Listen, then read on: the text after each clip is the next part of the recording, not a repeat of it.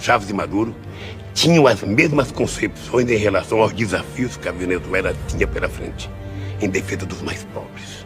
Maduro, presidente, é a Venezuela que Chávez sonhou. Deixa de mentira, velho. Esse tal de Maduro é um enviado de Satanás. Só pode. Obviamente isso é confuso. Na Venezuela, a situação econômica piorou tanto que as pessoas estão fazendo fila para comprar carne estragada em promoção. O presidente da Venezuela, Nicolás Maduro, foi visto filmado em uma churrascaria de luxo na Turquia, enquanto a população do país que ele comanda passa fome. Peraí. Pare! Antes de continuar, olhem para esse cara. Parece que ele está assado. Morri! O senhor acha que a Venezuela é uma democracia? A Venezuela é uma democracia tão democrática quanto a brasileira e a americana. Veja bem, se não tem que mandar matar uma desgraça dessa. Eu acho que ele não sabe o que é democracia.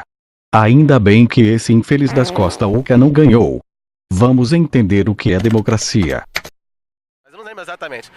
Agora, a democracia na sua forma mais pura e talvez a mais importante é que todos tenham o direito e o dever de fazer parte da sociedade, de participar das decisões políticas e principalmente de poder ter escolha sobre as suas decisões, né?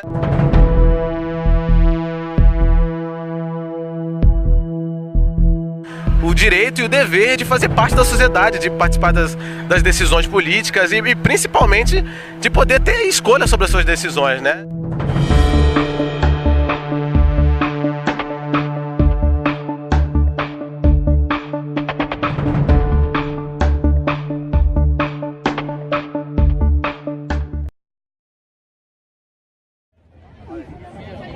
¿Qué te pasa? Estoy indignada, indignada. Que este pueblo no termine de darse cuenta que la única manera es que unidos podemos salir de esta aberración que se ha llevado tanta vida útil, coño. Duele la mujer que enterraba a su bebé diciendo gracias, Dios mío, porque no tenía con qué alimentarlo, coño. Estoy harta de pelear, estoy harta de resistir 19 años una puta dictadura, una tiranía maldita. E meus amigos, fui grande amigo de Chávez e lutamos juntos en favor de los povos oprimidos de América Latina. Nos están quitando la libertad en este momento y no es posible que nosotros nos quedemos callados. No es posible que hayan partidos que hablen a favor de Maduro sin saber lo que está pasando. Nessa luta, eu conheci Nicolás Maduro, que me surpreendeu desde o primeiro momento por sua competência. Duele mucho, hermano, perder el país a los castrocomunistas. Que por culpa de Foro, de San Pablo, Dilma y Lula, estamos entregando el país. No lo vamos a permitir. O amor por seu povo e principalmente pela grande afinidade de pensamento. Nos están disparando con RPG, granadas, lanzagranadas, francotiradores. ¡A la cual queremos ver! Hay civiles aquí adentro. Dijimos que no íbamos a entregar y no quieren dejar que nos entreguen, nos quieren asesinar. Disparan, nos están disparando. El pueblo de Venezuela, libertario por siempre. Están matando. Venezuela, Dios es nuestro escudo. Nosotros somos su espada, pero la espada verdadera son todo el pueblo unido.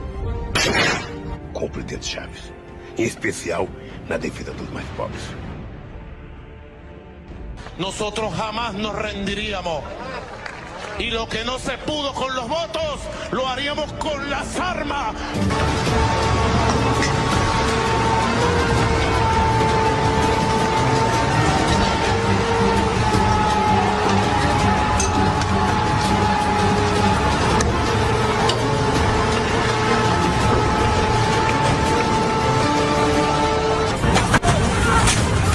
Nessa luta, eu conheci Nicolás Maduro, que me surpreendeu desde o primeiro momento por sua competência.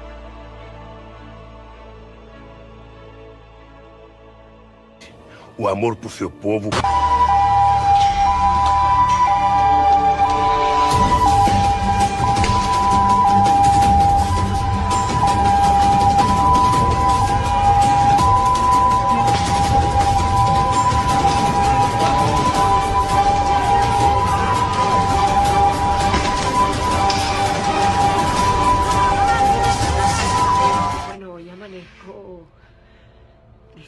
emocionalmente porque no puedo creer lo que está pasando en Venezuela. Lo que estamos viviendo nosotros los venezolanos, saliendo a protestar en las calles de una manera pacífica. Y han matado tantos jóvenes, han golpeado tantas personas. Mas não posso deixar de dar meu testemunho sincero. O Maduro presidente é a Venezuela que Chávez sonhou.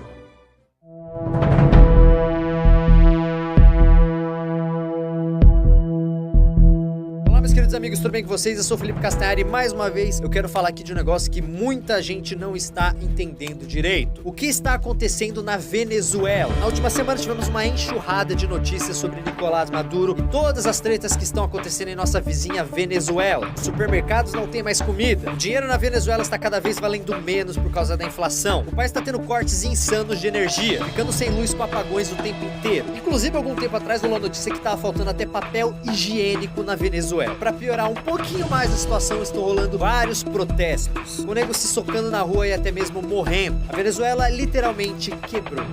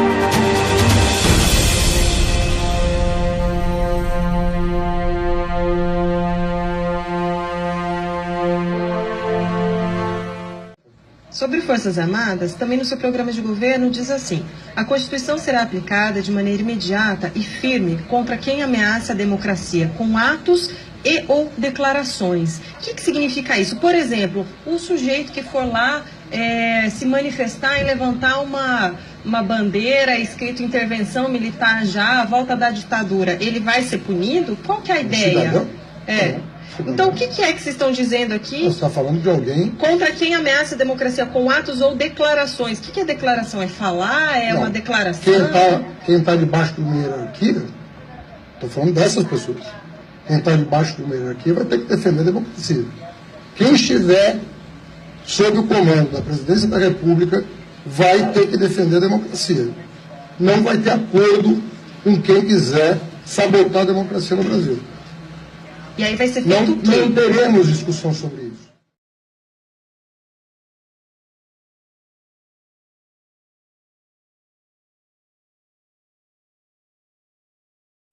Venezuela dices estoy contra el gobierno, te matan. Um país que ocupa o 140º lugar no ranking de liberdade. Um país onde o trabalhador tem que pagar 55% dos seus ganhos em impostos para o governo. Um país que tem um estado gigantesco, interventor e que, além do mais, sufoca toda a iniciativa privada e o empreendedorismo. Dentre outros motivos. Como um país como esse pode não ser considerado um país socialista? Pois bem, eu tô falando do Brasil. Sim, o mesmo Brasil em que eu e você estamos inseridos. Não fica magoado. O Brasil é um país socialista, e num grau muito avançado. Eu diria quase irreversível. Na verdade, eu acho que isso não deveria ser surpresa para mais ninguém, né? Pois só nesse século, de 2003 a 2013, nós fomos governados por um partido de extrema esquerda. 13 anos debaixo das imposições de um partido que queria fazer do Brasil uma nova Venezuela. Muitos vão querer argumentar aqui que o Brasil é um país capitalista, ultraconservador e blá blá blá blá blá. Me desculpa, mas para haver um capitalismo de verdade, precisa haver primeiro um livre mercado. E o Brasil nunca, nem de perto teve isso. O que acontece no Brasil é o seguinte: uma parcela bem pequena da população entende e se identifica com as ideias de esquerda, mas a grande massa brasileira é conservadora e adora o capitalismo.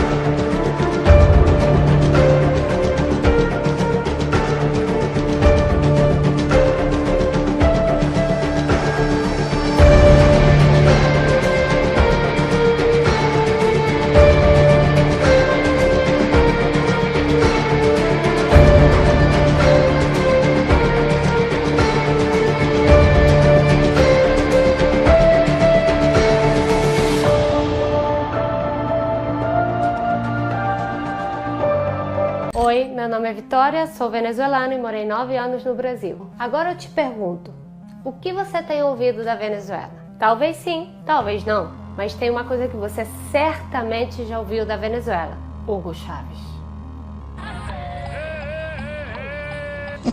Ojalá que tenga suerte, ya lo ves. La vida es así, maná. Chávez morreu. Você sabe o que aconteceu desde então? Se você não sabe, eu vou te contar. Ele nomeou um sucessor chamado Nicolás Maduro, que depois de ter roubado nas eleições, ele criou uma política econômica totalmente estúpida. Isso levou a que a gente hoje em dia tenha a taxa de inflação mais alta do mundo, que as estantes dos nossos supermercados estejam totalmente vazias. As pessoas brigam para comprar um frango. E agora, a nossa taxa de homicídios triplica a taxa de homicídios do Brasil. A gente tem 25 mil mortes por ano, sendo que nós somos só 30 milhões de habitantes. Obviamente, a gente saiu às ruas para protestar. E o que aconteceu? O governo reprimiu brutalmente a protesta. Você viu isso? É isso? É isso? Paramilitares atacando civis. A polícia assassinando os manifestantes.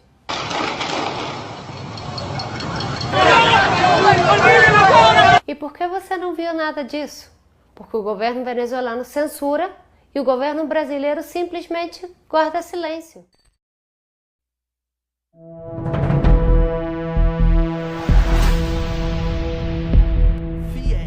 Foi Lula quem criou o FIES, não foi? Facilitando a entrada dos alunos na universidade, certo? Errado. Esse programa foi criado em 1976 no regime militar, que era chamado de Crédito Educativo. E em 99 no governo de FHC foi remodelado e depois no governo do Lula remodelado e colocado o nome de FIES. Pesquise sobre Bolsa Família. Todo mundo já sabe que o Bolsa Família não foi nada mais nada menos do que a junção de outros benefícios que já haviam, como por exemplo Bolsa Escola, Bolsa Alimentação, Auxílio Gás. A única coisa que o Lula fez foi juntar tudo e criar o Bolsa Família.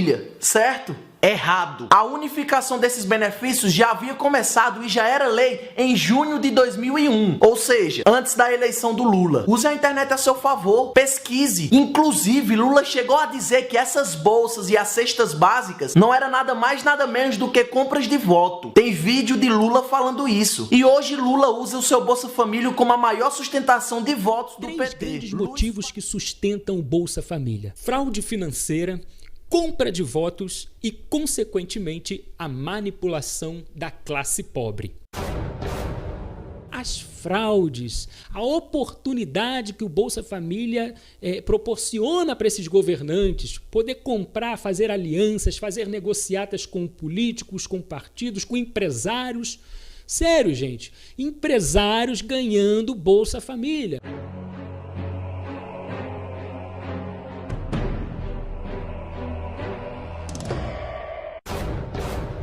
Bolsa Família é sim um sistema de compra de votos, está mais do que provado. Inclusive o próprio Lula fala a respeito desse tipo de sistema de governo. E lamentavelmente você tem uma parte da sociedade que, pelo alto grau de empobrecimento, ela é conduzida a pensar pelo estômago e não pela cabeça. É por isso que se distribui tanta cesta básica. É por isso que se distribui tanto ticket de leite. Porque isso, na verdade, é uma peça de troca em época de eleição. Jair Bolsonaro, no Nordeste, muita gente tem medo que você acabe o Bolsa Família. Olha, se desse um recado para esse pessoal que está com medo. Quem diz que nós vamos acabar com o Bolsa Família, fica aí tumultuando, são pessoas que não merecem crédito. Minha senhora, a senhora que merece, a senhora que tem dificuldade, vai ser mantida sim. Agora a gente vai combater a fraude, né? Aquelas pessoas que entram pela janela, aí tem que combater. Para ficar exatamente quem mereça, até quem sabe, né? Ganhar um pouquinho mais. Tem até casos de políticos já aí, mulheres de vereadores e vereadores, que a gente sabe que tem muita fraude. Tem gente que recebe Bolsa Família e doa para campanha eleitoral dos outros. E o TRE identificou isso no passado, né? E tem gente que como você disse, vereador, tem gente que até é microempresário que recebe Bolsa Família. Esse pessoal tem que combater para exatamente quem mereça, como a senhora, o senhor, continue tendo esse benefício que faz falta para a senhora. Isso deve ser e tem que ser respeitado. Um abraço. Pobre na era Lula pôde comprar uma televisão nova, uma geladeira nova, pôde financiar alguma coisinha. Eu não discordo disso não. Agora me explica aí, ô sabe tudo, por que o Lula fez isso? Por quê? Porque o Lula também já foi pobre. Ele sabe o que é sentir na pele a fome, a pobreza. Portanto, ele é o Lula guerreiro do povo brasileiro. Não. Você não caia nessa história de que Lula é o pobrezinho que resolveu governar para o pobre, que Lula é amigo do povo, é amigo do pobre. Não. Lula, você tem que entender uma coisa, que Lula ele é amigo dos banqueiros.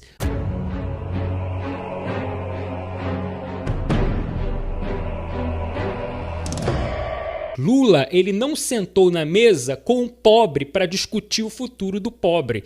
Ele sentou na mesa com banqueiros para discutir o futuro dos bancos, o futuro dos impostos, do nosso dinheiro, da receita do governo.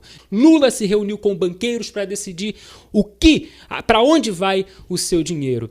Não sentou com o pobre e não escolheu o pobre para ser o beneficiado do governo Lula. Não. Beneficiado do governo Lula foram os bancos, os banqueiros. Governo Dilma também. Mas o Lula fez com que o pobre comprasse casa, comprasse carro, certo? Errado. Não teve dedo do Lula no meio disso. A única coisa que ele fez foi estimular o crédito, fazendo com que o povo comprasse, financiasse, se endividasse. E hoje a maioria ficou endividado. Estamos numa crise econômica, 15 milhões de desempregados e a hora de pagar a conta chegou. É só você parar e olhar a situação do Brasil hoje. Pesquise mais sobre isso. Para deixar bem claro, Ciro Gomes, meu colega de Câmara, muita gente honesta entrou no SPC acreditando na política do PT, acreditando que o emprego viria ou que não perderia seu emprego. Veio a corrupção, veio a roubalheira e aqueles que compraram uma geladeira, uma máquina de lavar roupa, até mesmo um ferro elétrico, teve que devolver. Tem gente, então, honesta que está no SPC, mas tem muito, mas muito bandido também.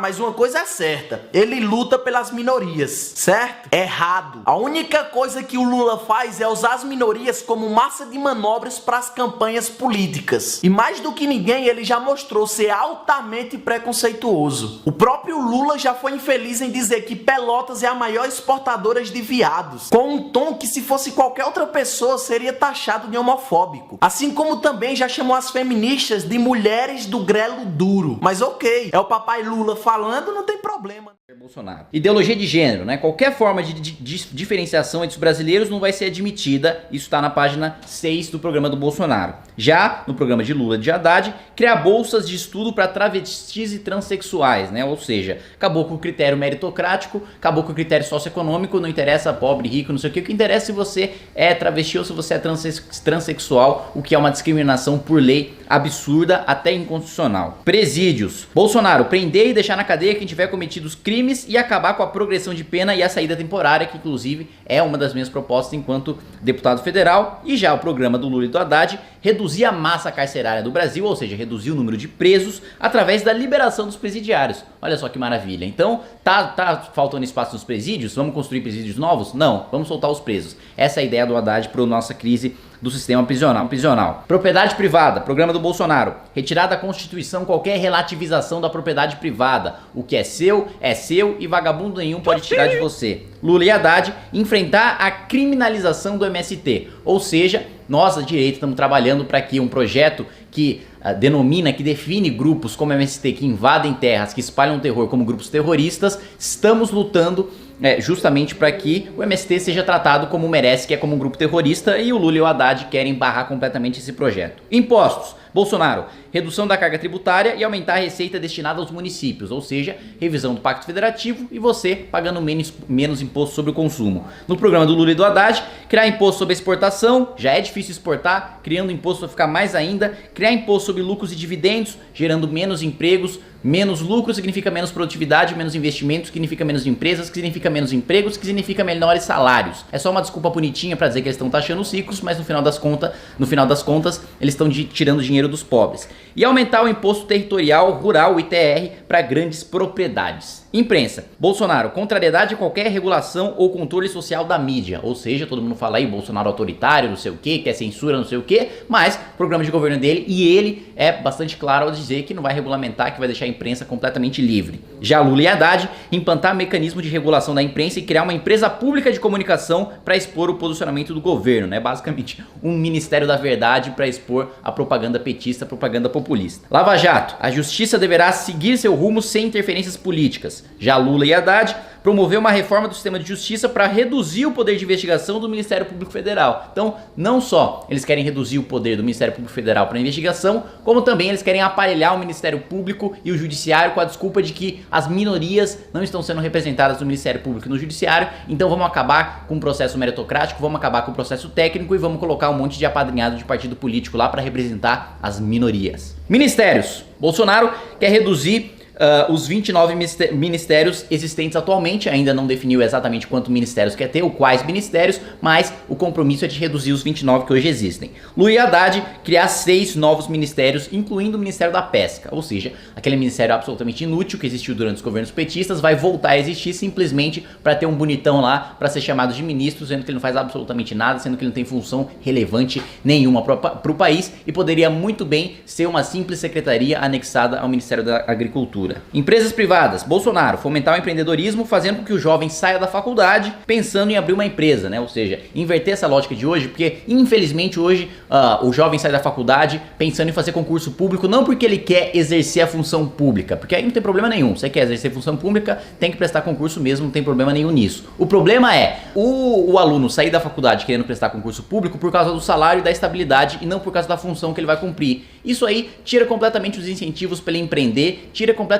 os incentivos para ele continuar estudando, porque ele não está prestando concurso porque ele quer exercer a função pública, porque ele gosta daquela função pública, mas porque ele viu uma vantagem naquele salário, naquela estabilidade, quer ficar lá encostado o resto da vida. Vamos inverter essa lógica para o jovem sair da faculdade querendo empreender, gerar emprego, gerar riqueza. Ditaduras socialistas. Bolsonaro deixar de louvar ditaduras assassinas socialistas e desprezar democracias importantes. Já o programa do Lula, no sentido contrário, desenvolvimento da infraestrutura de países do Mercosul, incluindo a Venezuela, ou seja, lembra de todo aquele dinheiro do BNDES que a gente já destinou para Venezuela, para Cuba, para Nicarágua, para Angola, que a fundo perdido, que nunca mais voltou pro Brasil? Pois é, o PT quer continuar essa política de financiar ditaduras totalitárias com o nosso dinheiro. Sindicatos. Bolsonaro, o sindicato deve ser voluntário contra a obrigatoriedade do imposto sindical, ou seja, você só paga o seu sindicato se ele te representar. Se ele não te representar, você não tem obrigação nenhuma de pagar, como é o certo, como é o justo, como é o moral a se fazer. Lula e Haddad, valorização dos sindicatos e associações de trabalhadores, ou seja, mais do nosso dinheiro do pagador de impostos indo para financiar um monte de vagabundo que nunca trabalhou na vida e tá lá para fazer militância petista. Agronegócio. Bolsonaro,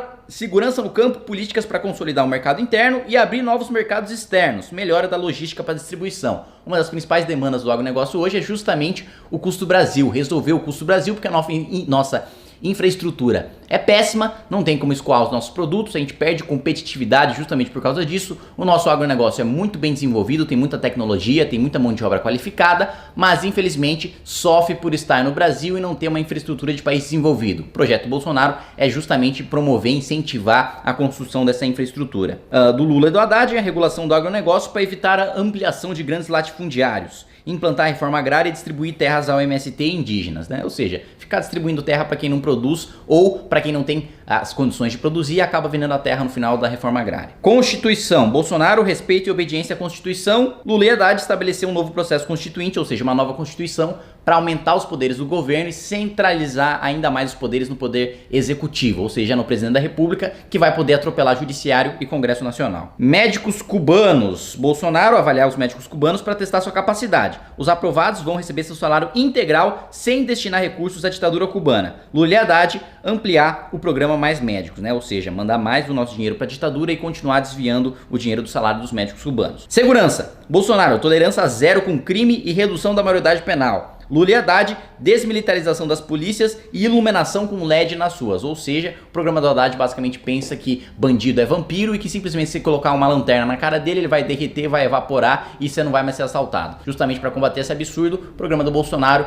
promove e defende a tolerância zero com crime. Essas são as diferenças essenciais e mais gritantes entre os dois programas de governo. Agora, uma coisa que ele fez, que é fato e é comprovado, é que ele, Lula e o PT foi o governo mais corrupto da história do Brasil. Hoje, o Lula é réu em 7 processos, dentre eles lavagem de dinheiro, corrupção passiva, formação de quadrilha e por aí vai. E por mais que digam que não tem provas, tem sim. Tem documentos, tem perícias e tem testemunhas. Pesquise. Ministro de Lula, amigo de Lula, líder de PT, gente da Petrobras, OAS, JBS, Odebrecht, zeladores, procuradores, deputados aliados e outras dezenas de pessoas já delataram e afirmaram que Lula tá assim envolvido em toda a corrupção, mas pra muitos, só quem fala a verdade é o próprio Lula. Meio estranho, não acha? Agora, se você sabe disso tudo e afirma ele roubou, mas fez, então suponhamos que ele fez algo. Agora me responda uma coisa: se você é dono de uma loja e nessa sua loja tem um vendedor que é excelente, mas que todo mês tá faltando dinheiro no caixa e você sabe que foi ele quem roubou, você vai demiti-lo ou vai deixar trabalhando, já que ele rouba, mas faz?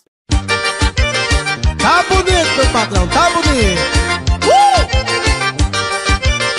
Não sei. O presidente Lula defendeu hoje em Brasília a carga tributária brasileira num discurso de improviso na reunião da CEPAL, a Comissão Econômica para a América Latina e Caribe. Tem muita gente que se orgulha de dizer, no meu país a carga tributária é apenas 9%. No meu país a carga tributária é apenas 10%. Quem tem carga tributária de 10% não tem Estado. O Estado não pode fazer absolutamente nada. Eu converso agora com o nosso comentarista de economia, Carlos Alberto Sardenberg. Sardenberg, diante desse comentário do presidente Lula, aqui no Brasil ele não tem do que reclamar, né? Carga tributária muito elevada, muito dinheiro para o governo dele. Bom, primeiro que praticamente nenhum país importante tem carga tributária de 10%. Agora, nós aqui, ele poderia se orgulhar de uma carga tributária de 35%, 37%. Agora, o problema não é esse. É que o seguinte, para o Estado fazer muita coisa, é claro que o Estado precisa ter dinheiro. Mas o fato de o Estado ter muito dinheiro não quer dizer que ele vai fazer coisa e que vai fazer coisa boa. E é mais ou menos a situação que se encontra no Brasil. A carga tributária no Brasil, quer dizer, nós pagamos impostos como europeus. Pagamos impostos hoje como europeus de países ricos. Mas nós não recebemos os serviços que os europeus recebem.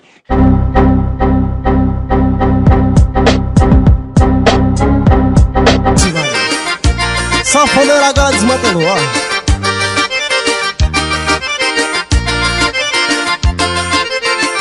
Quero ver todo mundo cair no forró. No swing da pisada você quer bem melhor.